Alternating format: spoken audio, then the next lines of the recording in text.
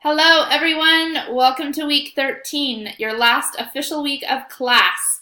And I don't know about you, but it has gone by really fast for me. And I can't believe that next week will be the final. And we're going to talk about the final in a minute. But this week is I love how we wrap up the end of this semester.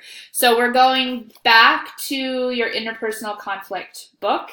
To read chapter 10, and this is about forgiveness and reconciliation. Now, I understand that there are many of us that have been in situations in our lives where forgiveness is even painful to even say the word, that it is something that we struggle with on the inner core of our hearts. And the thing I love about this chapter is that forgiveness is a process. It does not have to be instantaneous. And it's okay if forgiveness takes a while.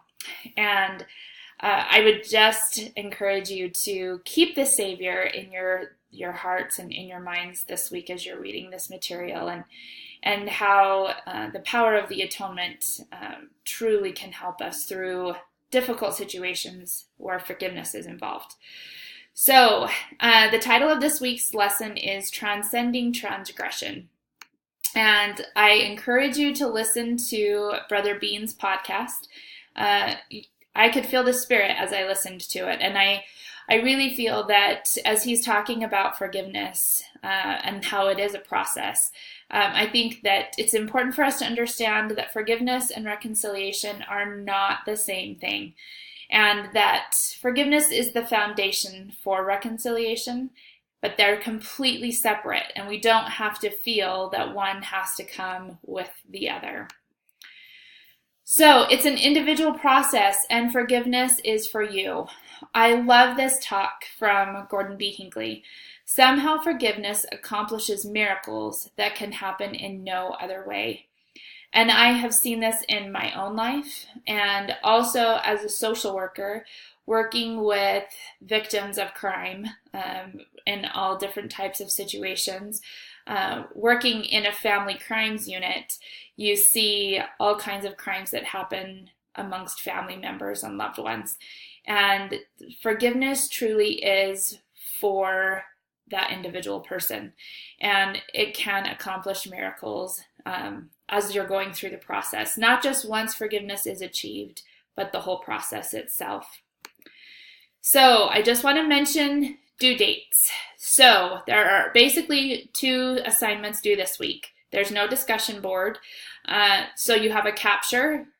You're going back to the capture rather than the guiding questions. And then the assignment, The Heart of Texas. And I hope that you can feel the Spirit the way that I did as you watch the video. And then you're going to be going into another story as well. I'm not going to give it away, but another account of forgiveness and healing. And I'm also going to put on the due dates for Saturday, study for your final. Doesn't mean that you have to be prepared to take it, but I just want to make sure that you're putting it in your mind and on your radar to be studying this week. Coming soon to prepare for next week, study for the final. This is going to be reviewing your captures and guiding questions. I'm not going to provide a study guide this time because the material is not nearly as comprehensive as the midterm. Basically, review your captures, your guiding questions, and the chapters that are associated with those. And remember, it's open note and open book, and you have unlimited time to take it. So hopefully that will make you feel a little bit better than when you took the midterm.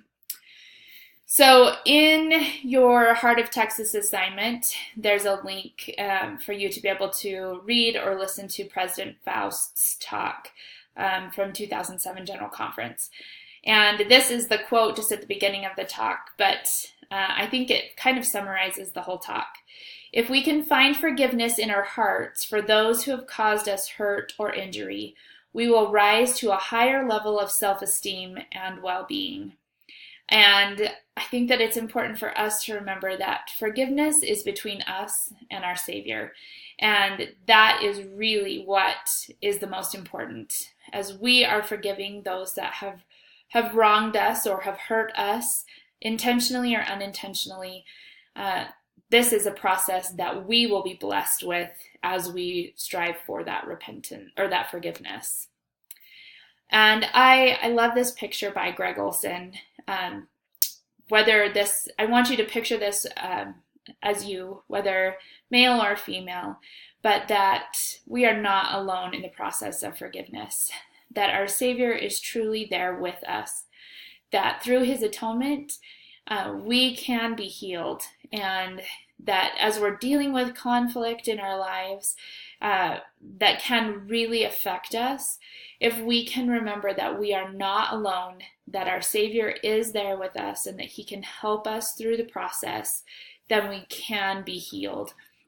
And I hope that as you've gone through this semester, I know it's been hard, I know there's been a lot of work, but I hope that you have been able to really retain and understand the concepts of conflict management, and that conflict itself is not unhealthy. It's how we handle the conflict that determines whether it's healthy or not healthy, and the process of negotiation as well, and the different tools and elements associated with conflict and negotiation.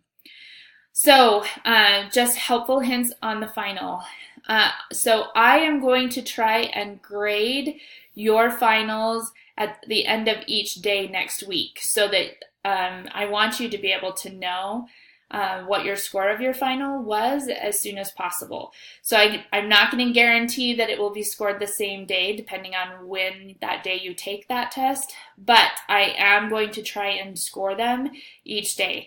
Doesn't mean that I'm going to have your final grades calculated, but you should probably have a pretty good idea once you get your final grade on how you're doing in the course.